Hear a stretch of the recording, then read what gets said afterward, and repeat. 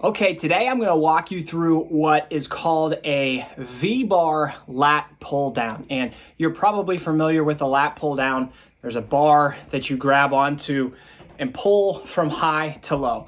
This is very similar to that, only we're using a different handle attachment. So I'm going to walk you through what the attachment looks like, how the setup is, and then we'll dive into the basics of performing this exercise. A typical V-bar for this exercise looks something like this, okay? It's gonna be a triangle attachment with two handles that you grab onto and you're going to pull down. I prefer to use two handles, and that's what I would recommend to you, is just to use two separate handles rather than this attachment. But you can use this one if you want to. The same principles are going to apply for what I'm about to walk you through. The two handles I use look like this. Okay, so they're just two separate handles. They both have rings on the end of them that you hook into the carabiner on the rack to then pull the cable down. And what I'm going to show you, I'm doing this obviously in my home gym. I do not have the traditional lat pull down, but again, the same principles apply. I have a pulley that's attached to my squat rack and I can still pull from high to low. So the only difference in what I'm about to walk you through is that I load this up with plates, and you in the gym will probably have a machine where you put a pin in to select the amount of weight that you want to lift. Otherwise, these are exactly the same. So as you can see here, I have my two handles. They're hooked to the carabiner, and then this pulley goes down to the weight. Like I said, this will be the same as your typical cable pulley machine at the gym. It just looks a little bit different. The reason I like to use two separate handles is because when I pull down to my chest, I can actually get a little bit deeper into the pull. Whereas if I'm using that V-bar I showed you before, it's gonna hit my chest and my elbows are going to stop here. But if I have two handles, I can come a little farther apart and get a little bit deeper of a contraction. So that's why I'm using these two handles. If you have the option to do so, I would actually recommend doing it because you'll get a little bit more out of the exercise. But like I said, you can also use the other attachment if that's what you prefer. The other difference between what you will do at the gym and what I'm doing here in my home gym is that I'm gonna be sitting on the ground. Normally with the cable pulley machine at the gym, you'll have a pad that goes over top of your quads to kind of hold you into place. I don't have that here, but again, it's pretty much the same principle. And now I'm gonna walk you through what the pull looks like. So when you watch this, we're gonna start from the rear. I want you to see how I retract my shoulders first and then pull. And I'm concentrating on pulling my elbows, almost kind of swooping them down and back, okay? That's what I want you to focus on, is pulling with your elbows. And to initiate the pull, I want you to think about first retracting your shoulder blades and then pulling with your elbows.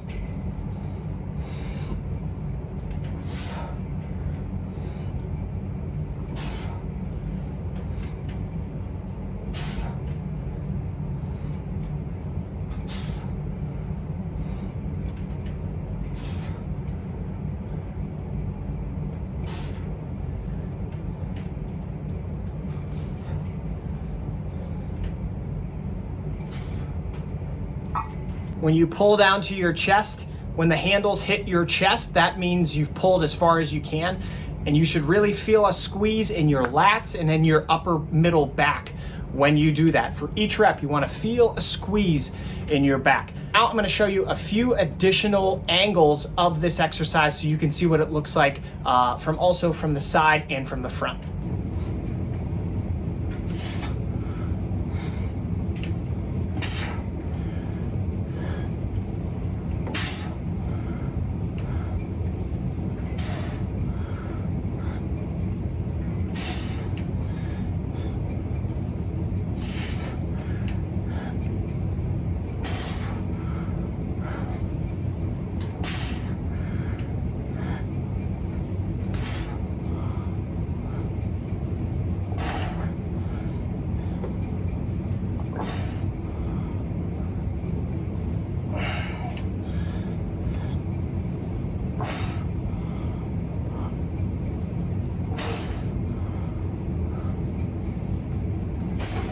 Now, a couple things you'll notice is that I am leaned back a little bit, so your torso should not be straight up and down when you're sitting here. You should not be from here straight up trying to like pull into your body.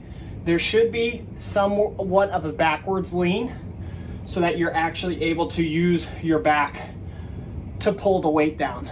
The thing is, it's kind of a fine line because you don't want to be straight up and down. If you are, you're going to be pulling with your shoulders and your arms. If you're way, way, way back, then you're going to almost be getting away from the point of the exercise, which is to hit your lats and your mid back. You'll be putting a lot of stress on your lower back. So think about, if you're sitting straight, just slightly leaning back, just a little bit. And then another thing you probably saw as I did those reps is that I let the weight pull me forward a little bit, and then I got back into position to pull it down. The reason I do that is because I want to get a nice stretch on my lats on the way up. Something a lot of people miss out on is the eccentric portion of exercises. So we think all about like curling the weight up or pulling the weight down, but your muscles are also involved in letting the weight back up or lowering the weight back down. And technically, you're stronger on the eccentric than you are on the concentric. By controlling the weight back up and feeling that stretch on your lats, you're making sure that you're getting the most out of the entire exercise as opposed to just pulling it down.